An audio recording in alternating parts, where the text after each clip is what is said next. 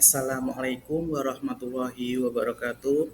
Salam sejahtera bagi kita semua. Sebelumnya, perkenalkan nama saya Muhammad Saiful Alam dengan NIM terakhir 112. Di video kali ini saya akan menjelaskan materi tentang peminangan. Video ini guna untuk memenuhi tugas mata kuliah Fikih Munakahat. Selamat menyaksikan. Baik, untuk pembahasan yang pertama yaitu tentang pengertian peminangan.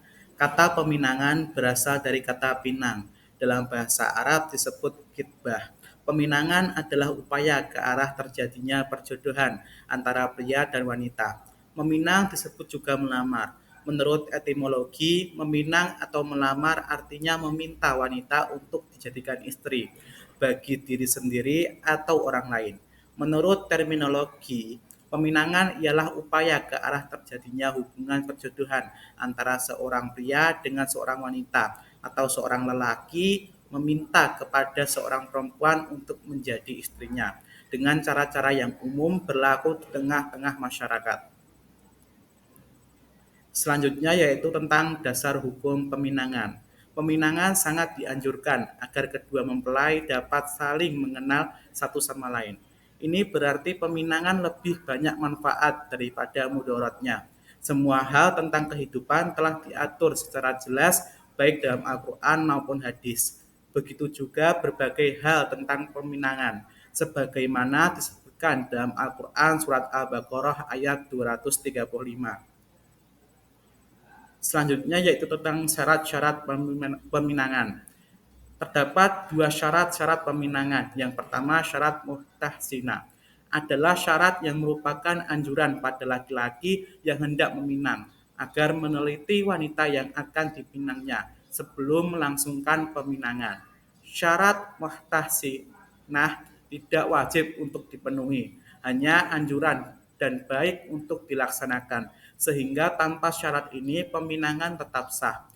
Terdapat tiga. Yang pertama, dipinang hendaknya sekufu atau sejajar dengan laki-laki yang meminang. Misalnya tingkat keilmuannya, status sosial, dan kekayaan. Meminang wanita yang memiliki sifat kasih sayang dan beranak.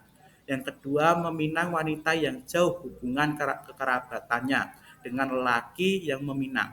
Dalam hal ini, Sayyidina Umar bin Khattab mengatakan bahwa pernikahan antara seorang lelaki dengan wanita yang dekat hubungan darahnya akan melemahkan jasmani dan rohani keturunannya. Yang ketiga, mengetahui keadaan jasmani, akhlak, dan keadaan-keadaan lainnya yang dimiliki oleh wanita yang akan dipinang. Selanjutnya, yang kedua, syarat lazimah adalah syarat yang wajib dipenuhi sebelum peminangan dilakukan.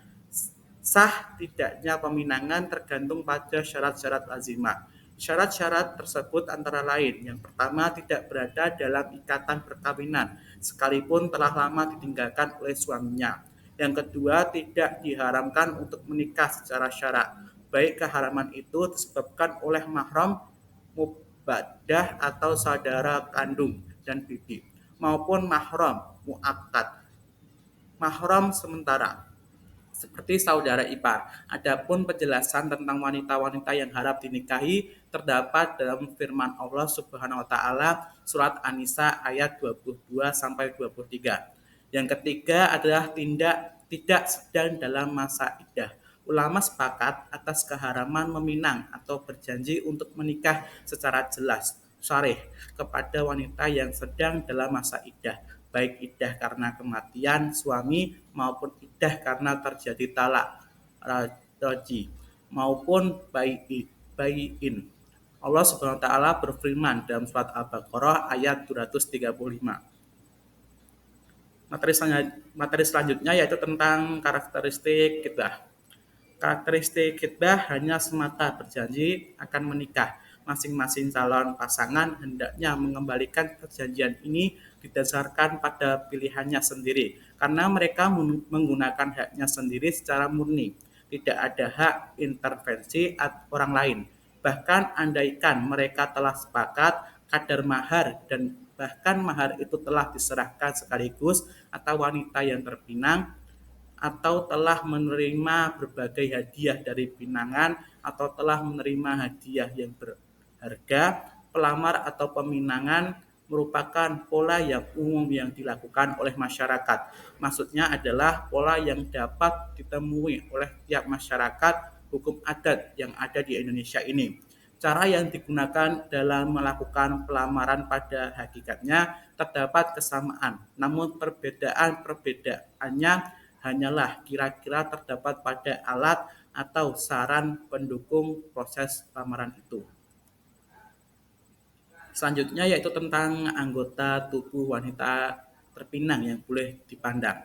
Terdapat 4. Yang pertama, mayoritas fuqaha seperti Imam Malik, Asy-Syafi'i, dan Ahmad dalam salah satu pendapatnya mengatakan bahwa anggota tubuh wanita terpinang yang boleh dilihat hanyalah wajah dan kedua telapak tangan.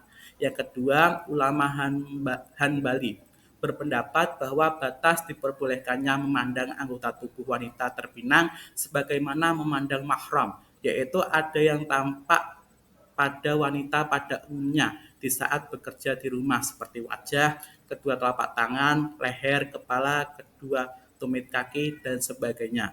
Yang ketiga adalah ulama Hanafiyah dan Hanabilah yang masyhur mazhabnya berpendapat kadar anggota tubuh yang diperbolehkan untuk dilihat adalah wajah, kedua telapak tangan, dan kedua kaki, tidak lebih dari itu.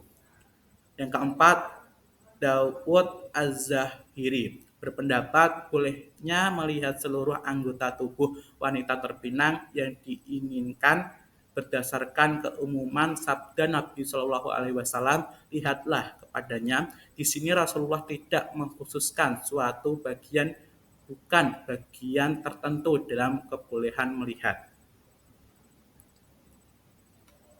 Baik, cukup sampai di sini penjelasan materi yang saya sampaikan mengenai peminangan. Kurang lebihnya mohon maaf. Wassalamualaikum warahmatullahi wabarakatuh.